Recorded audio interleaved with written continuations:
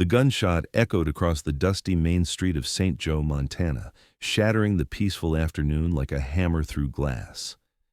Scarlett O'Donnell dropped to the ground, clutching her market basket as bullets splintered the wooden storefront behind her.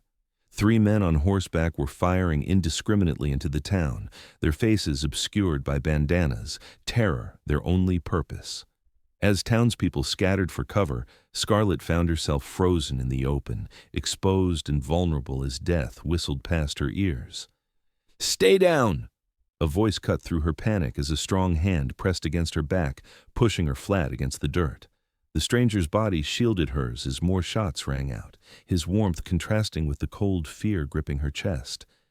It was 1876, and lawlessness still reigned in parts of the Montana Territory.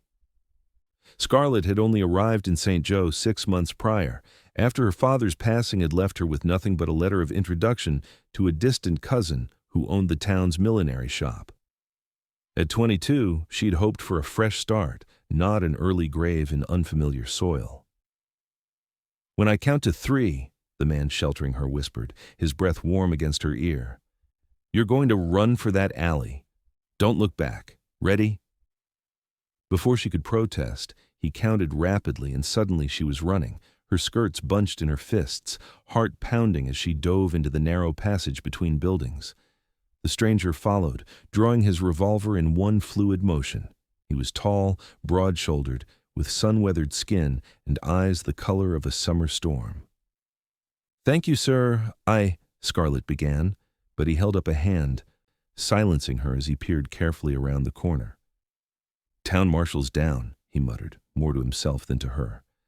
"Those are the Redding brothers, been terrorizing settlements up and down the territory." He glanced at her, his expression softening slightly at the sight of her trembling hands. "You hurt, madam?" She shook her head. "No, thanks to you, Mr. Tanner, Thomas Tanner. But there's no time for pleasantries." He checked his pistol, his movements practiced and precise. "Stay here." "Mr. Tanner, wait." Scarlett grabbed his arm, surprising herself with her boldness. "You can't go out there alone." A hint of a smile touched his lips. "Been handling worse than the Reddings for years, Miss O'Donnell. Scarlett O'Donnell." "Miss O'Donnell," he tipped his hat, "your concern is noted, but unnecessary." Before she could say another word, he slipped from the alley, moving with the easy grace of a man accustomed to danger. Scarlett pressed herself against the wall, heart hammering in her chest as more gunshots split the air. She closed her eyes, saying a silent prayer for her mysterious rescuer. Minutes passed like hours until finally silence fell over St. Joe. Cautiously, Scarlett peered around the corner. The street had become a tableau of aftermath: broken glass, splintered wood, and 3 bodies lying in the dirt. None were Thomas Tanner's. The cowboy stood in the center of the street, speaking with several men who had emerged from their hiding places, his stance relaxed but alert. Only then did Scarlett realize she was still clutching her market basket, knuckles white from the pressure of her grip. She forced her fingers to release it, smoothed her skirts, and stepped out of the alley with as much dignity as she could muster. By the time she reached the group, the town doctor was examining a wound on Thomas Tanner's arm, a graze that had torn his shirt and left a streak of crimson across his tanned skin. The cowboy seemed more annoyed by the attention than pained by the injury. "You're new to St. Joe," he remarked when he spotted her approach, as if they were meeting at a social gathering rather than in the aftermath of violence. 6 months, Scarlett confirmed, long enough to know we don't usually experience such excitement. "The Reddings have been moving west," one of the townsmen explained. "Robbed the bank in Helena last month, 3 people killed. And now they won't be robbing anyone else," Thomas said with finality, wincing slightly as the doctor applied a bandage to his arm. "You saved my life," Scarlett said, meeting his eyes directly. "I don't know how to thank you properly." Thomas Tanner regarded her for a long moment, his expression unreadable. Then he simply said, "Just keep living, Miss O'Donnell. That's enough." The town of St. Joe buzzed with talk of Thomas Tanner for days following the shooting. Scarlett learned he was a former Texas Ranger who now worked as a cattle driver, occasionally hired by the territorial government to track down particularly dangerous outlaws. He'd been passing through St. Joe on his way north when the Redding brothers had chosen the wrong town to terrorize. Scarlett couldn't shake the memory of his words or the intensity in his eyes when he'd spoken them. Just keep living, as if it were that simple. As if continuing to draw breath was payment enough for risking his own life. 4 days after the shooting, Scarlett was arranging a display of ribbons in her cousin Eleanor's shop when the bell above the door jingled. She turned, expecting Eleanor returning from lunch, and instead found Thomas Tanner filling the doorway, hat in hand. "Mr. Tanner," she said, unable to hide her surprise, "I thought you'd left town." "Planning to," he admitted, looking somewhat uncomfortable among the feminine trappings of the millinery shop. "Thought I'd say a proper goodbye first." Scarlett set down the ribbons, suddenly aware of how plain her work dress was, how a strand of auburn hair had escaped her practical bun. "That's very kind of you." An awkward silence stretched between them until Thomas cleared his throat. "I wondered if you might join me for dinner this evening, at the hotel restaurant." His invitation caught her off guard. In 6 months, not a single man in St. Joe had expressed interest in her company. She'd assumed her Eastern mannerisms and education made her unapproachable, or perhaps undesirable.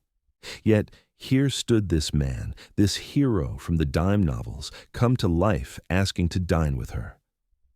"I'd be delighted," she heard herself say.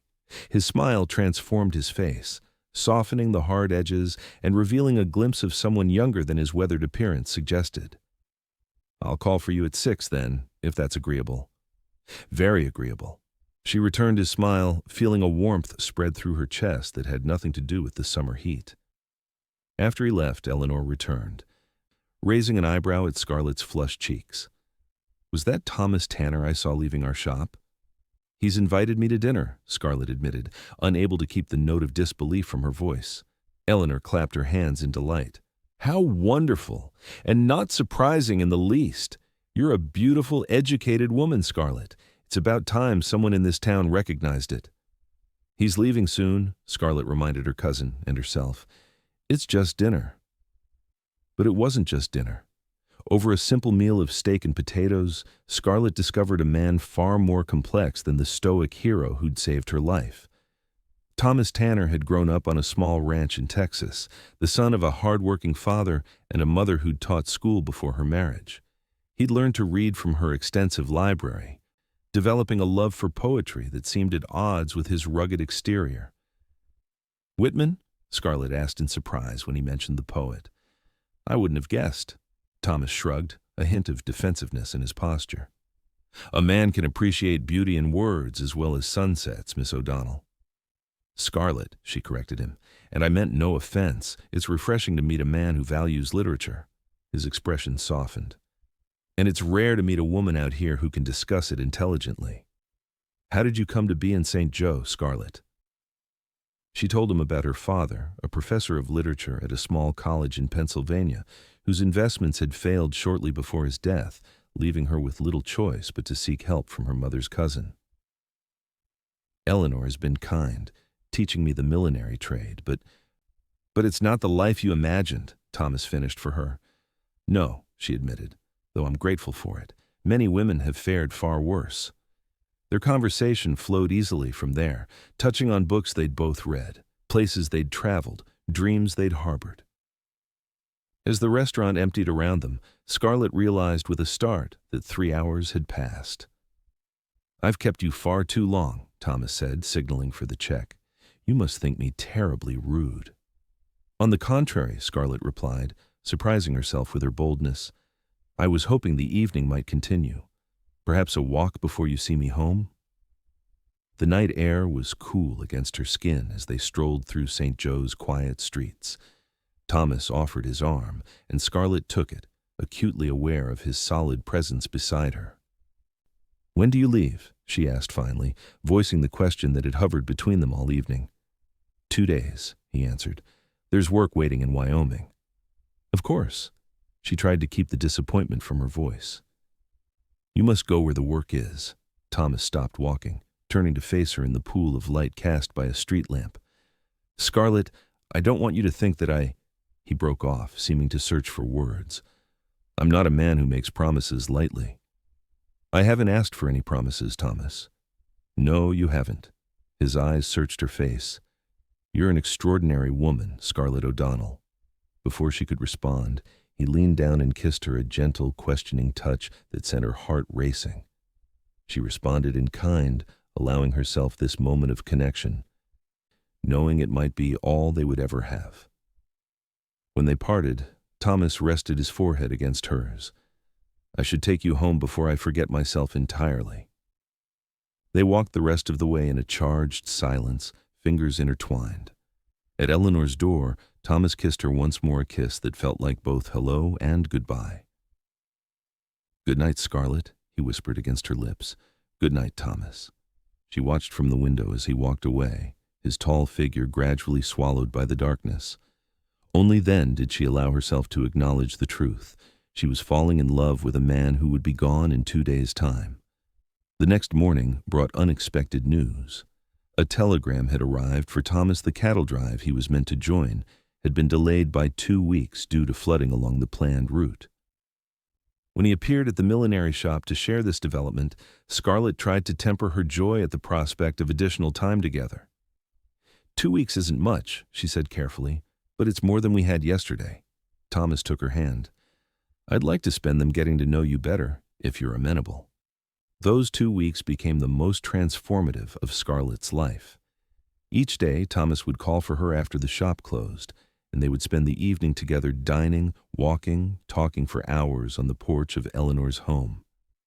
He taught her to ride properly, laughing at her Eastern side saddle technique and showing her how to mount a horse the Western way. "It's not ladylike," she protested, though her eyes sparkled with adventure. "Maybe not," Thomas conceded, "but it's practical. And out here, practical trumps proper more often than not." On horseback, they explored the countryside surrounding St. Joe, picnicking beside streams and discovering hidden meadows bursting with wildflowers.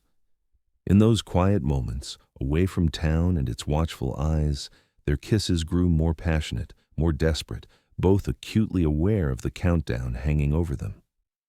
As the end of their 2 weeks approached, Scarlett found herself torn between guarding her heart and giving it freely. The night before Thomas was scheduled to leave, they sat on Eleanor's porch swing, her head resting on his shoulder as they watched the stars emerge. "I've been thinking," Thomas said, breaking a comfortable silence. "The cattle drive will take 3 months. After that, I could return to St. Joe." Scarlett's heart leapt. "You would come back?" "For me?" "For you." He turned to face her, taking both her hands in his. "These 2 weeks have been the happiest I can remember. I'm not ready for them to end." "Nor am I," she whispered.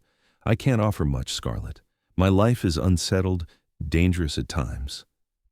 "I'm not asking for promises, Thomas, but I want to make them." His voice was low, intense. "I want to promise that I'll come back, that we'll see if what's growing between us can flourish." She touched his face, memorizing the feel of his skin beneath her fingertips. "Then make that promise, and I'll hold you to it." Their goodbye the next morning was bittersweet, a lingering kiss at the edge of town, witnessed only by the rising sun. As Thomas mounted his horse, Scarlett forced herself to smile through her tears. 3 months, she said. "Not a day longer," he vowed. "Write to me. General delivery in Cheyenne." "Every week," she promised. She watched until he was a speck on the horizon, then turned back toward town, toward the life that now seemed so empty without him. The weeks crawled by. True to her word, Scarlett wrote to Thomas every Sunday, pouring her heart onto paper, telling him about the small events of St. Joe, her hopes, her growing feelings for him.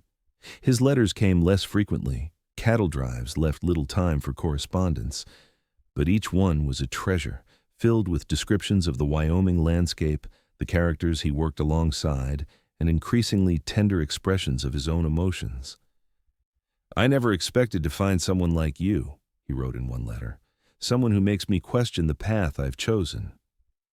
Someone who makes me want to build something lasting. As the 3-month mark approached, Scarlett found herself counting days, then hours. Eleanor watched her niece's anticipation with a mixture of happiness and concern. "You've given your heart completely, haven't you?" she asked, as Scarlett stitched yet another new dress in preparation for Thomas's return. "Is it that obvious?" Scarlett asked, blushing. "Only to someone who loves you," Eleanor replied, patting her hand. "He seems a good man, different from the others who pass through." "He is," Scarlett agreed. "He's honorable, kind beneath his rough exterior, and he's coming back for me." But the day Thomas was due to return came and went with no sign of him. One day stretched to 3, then a week. Scarlett's worry grew with each passing hour. "The cattle drive must have been delayed," Eleanor reassured her. "These things rarely run to schedule." "Then why hasn't he written?" Scarlett asked, unable to hide her fear.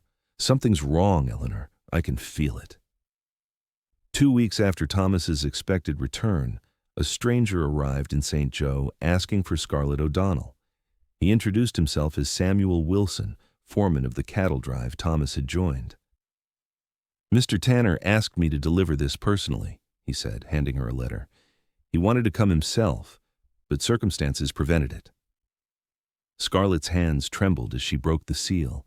Thomas's familiar handwriting filled the page, but the words turned her blood cold. "Dearest Scarlett, I pray this finds you well. I'm writing from a doctor's office in Laramie, where I've been for the past 2 weeks. There was trouble with rustlers during the final days of the drive. I took a bullet meant for one of the younger hands. Don't worry, I'm too stubborn to die from something as trivial as a bullet wound. But recovery will take time, and I won't be fit for travel for at least another month. I've asked Sam to tell you that I've been delayed by business matters. Pride, I suppose. A man doesn't want the woman he loves to picture him weak and bedridden. But as I lay here, I realize that honesty between us matters more than pride. Yes," I said, "love. It's not how I planned to tell you, in ink rather than in person, but these months apart have made one thing clear. I love you, Scarlett O'Donnell. I love your intelligence, your courage, your gentle heart. I love the way you see beauty in this harsh world, the way you bring light into the darkness. Wait for me, if you can bear it. 1 more month, and I'll be strong enough to make the journey to St. Joe. To you. With all my heart, Thomas." Scarlett pressed the letter to her chest, tears flowing freely down her cheeks. "He's hurt," she told Eleanor, "but alive, and he loves me." That night, Scarlett made a decision. The next morning, she packed a small trunk, withdrew her savings from the bank, and purchased a ticket on the eastbound stage coach. "You're going to him?" Eleanor asked, though it wasn't really a question. "I can't sit here for another month, wondering if he's truly recovering or hiding the severity of his condition," Scarlett explained. "Besides, he came to my rescue once. It seems only fair that I return the favor."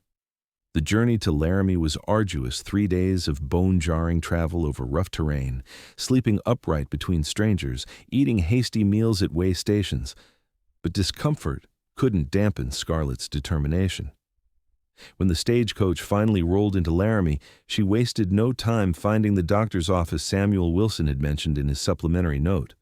Dr. Howard Palmer was surprised by her arrival, but quickly warmed to her when she explained her relationship with Thomas. "He's a lucky man, in more ways than one," Dr. Palmer told her. "The bullet missed his lung by less than an inch.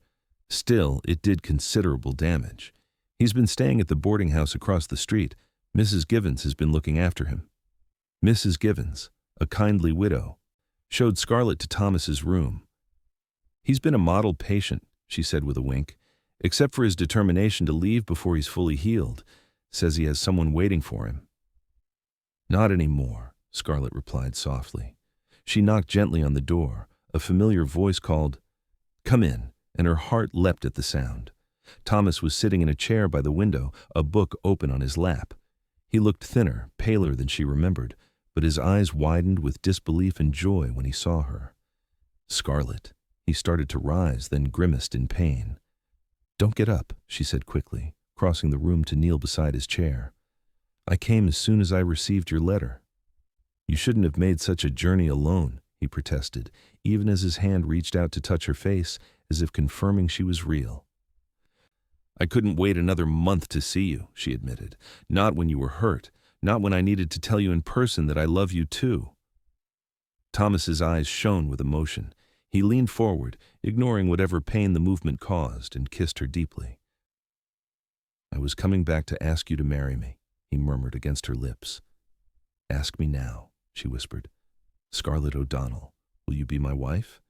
Not just for now, but for all the days we're granted?" "Yes," she answered without hesitation. "Yes, Thomas Tanner, I will."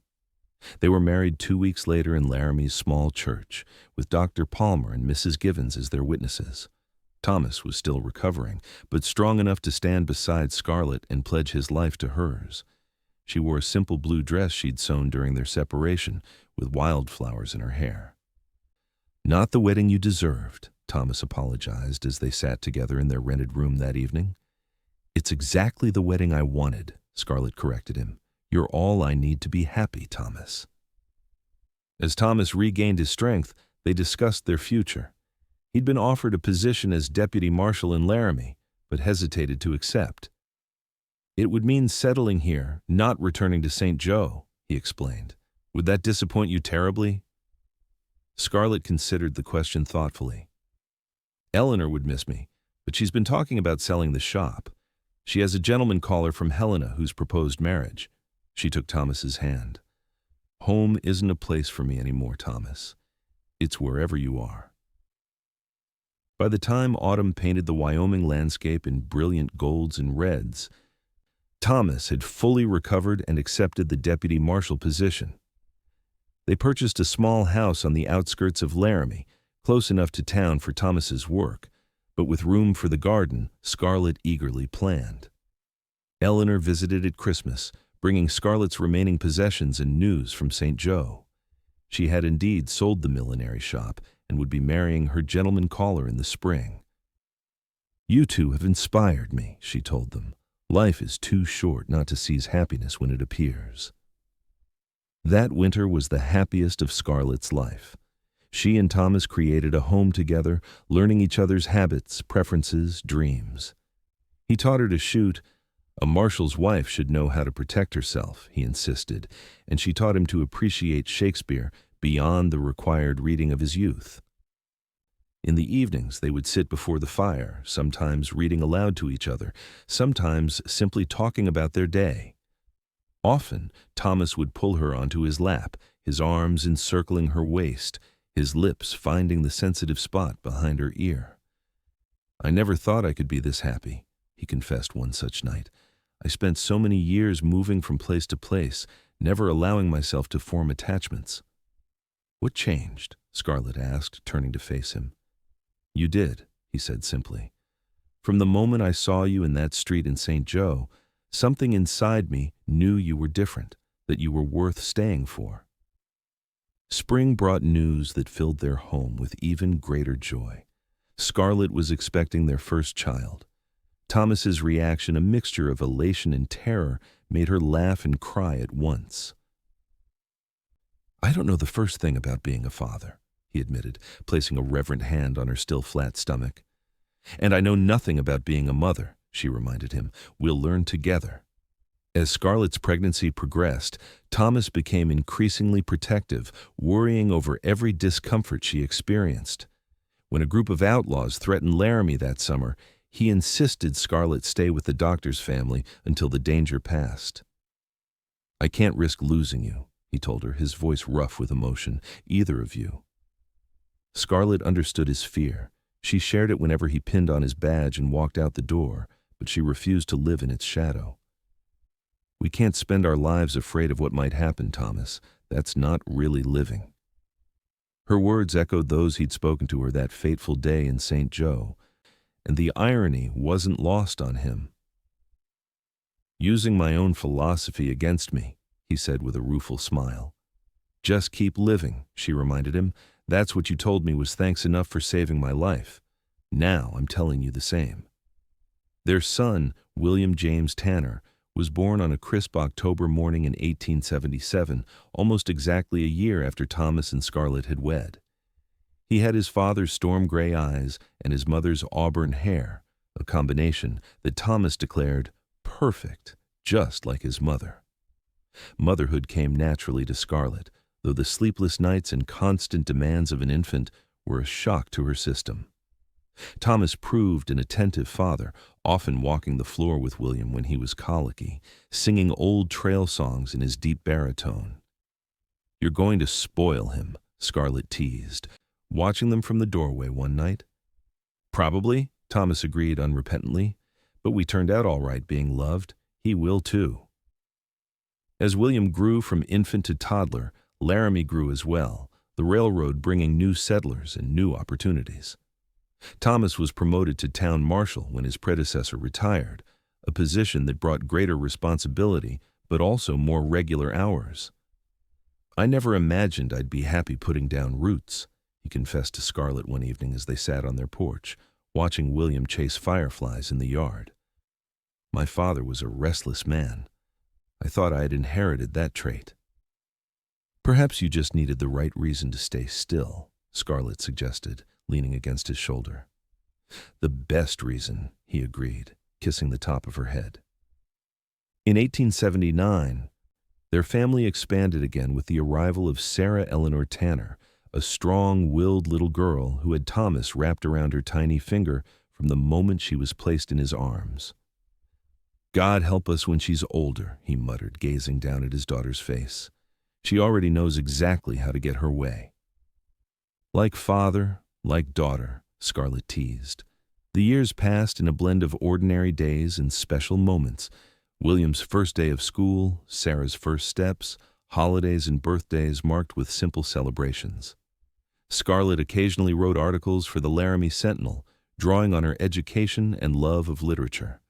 Thomas earned a reputation as a fair but firm marshal, respected by even those who occasionally found themselves on the wrong side of his jail cell. In 1883, when a fire threatened to destroy Laramie's business district, Thomas organized the bucket brigade that saved much of the town. His actions that night reminded many of the young ranger who had once faced down the Redding brothers without hesitation. "You're still the hero who saved me in St. Joe," Scarlett told him that night as she tended burns on his hands and arms. "Not a hero," Thomas protested, "just a man doing what needed doing." "My hero," she insisted, kissing him softly. Their life wasn't without hardship. The winter of 1884 was particularly brutal, bringing illness that claimed several Laramie residents, including Mrs. Givens. Sarah contracted pneumonia, and for several terrifying days they feared they might lose her. Thomas and Scarlett took turns sitting beside her bed, applying cold compresses to her fevered brow, praying for her recovery. "I can face any outlaw without blinking," Thomas whispered one night, his voice breaking. "But the thought of losing her unmans me completely." "She's strong," Scarlett reassured him, though her own fear was a constant presence. Like her father. Sarah did recover, though the illness left her with a slight weakness in her lungs that required extra care during subsequent winters. The experience brought their family even closer, heightening their appreciation for each day they shared. As their children grew, Thomas and Scarlett's love deepened, weathering the storms of life together. They had disagreements. Of course, Thomas's tendency toward overprotectiveness occasionally clashed with Scarlett's independent nature. But they never went to bed angry, a rule they'd established early in their marriage. "Life's too uncertain to waste time on pride," Thomas would say whenever an argument threatened to linger. In the spring of 1886, a decade after they'd met, Thomas surprised Scarlett with a trip back to St. Joe. Eleanor had moved to Helena with her husband years ago, and the town had changed significantly, but the street where they'd first encountered each other remained much the same. "It seems smaller somehow," Scarlett remarked as they walked arm in arm down the main street. "Most places do once you've lived a little," Thomas replied, "but I'll never forget seeing you here, so brave despite the danger." "I was terrified," she admitted with a laugh, "until you appeared and told me to run." They stood for a moment on the spot where he had shielded her from the Redding brothers' bullets, where their story had begun. Thomas turned to face her, taking both her hands in his. "Thank you," he said simply. "For what?" "For loving me, for giving me a family, for making these past 10 years the happiest of my life." Scarlett tried to respond, to tell him that the gratitude was hers, that he had given her more joy than she had ever imagined possible. But emotion closed her throat, and all she could do was press herself against his chest, feeling the strong, steady beat of his heart. The woman tried to thank him with words. Thomas murmured against her hair, a teasing note in his voice. But the cowboy said, "Just keep living, that's enough." Scarlett looked up at him, her eyes shining with tears and laughter. "And we have, haven't we? We've truly lived." "Every day," Thomas agreed, bending to kiss her. "And we have many more ahead."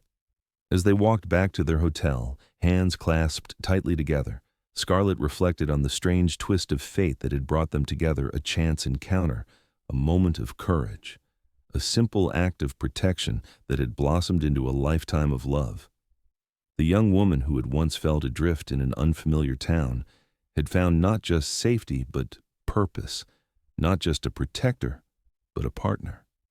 And Thomas, the restless cowboy who had never expected to settle down, had discovered that home wasn't a place but a feeling, the feeling of belonging completely to someone who belonged completely to you.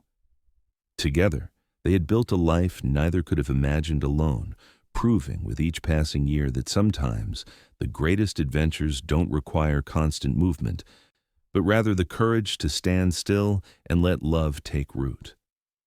"Just keep living," he had told her, and in doing so, they had found something worth living for.